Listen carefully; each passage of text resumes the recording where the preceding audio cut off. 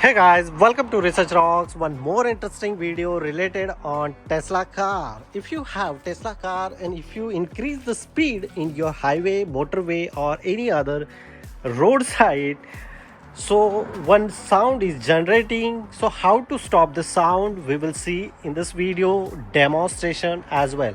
So let's check it out. So this is my Tesla. Now here 60 km/h speed is valid here in this route, but if I increase the speed, so one sound, beep sound is coming here. I will show you.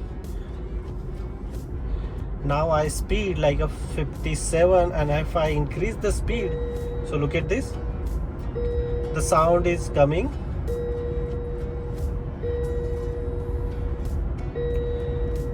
So how to stop this sound, we can see here. If I decrease the speed, sound is a stop, but if I increase the speed again, the sound is coming.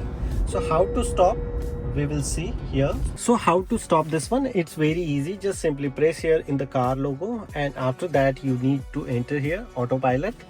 Inside the autopilot here bunch of options are available, but set a speed. If you have currently speed limit, so the car is following the road speed limit and then accordingly generating this beep sound.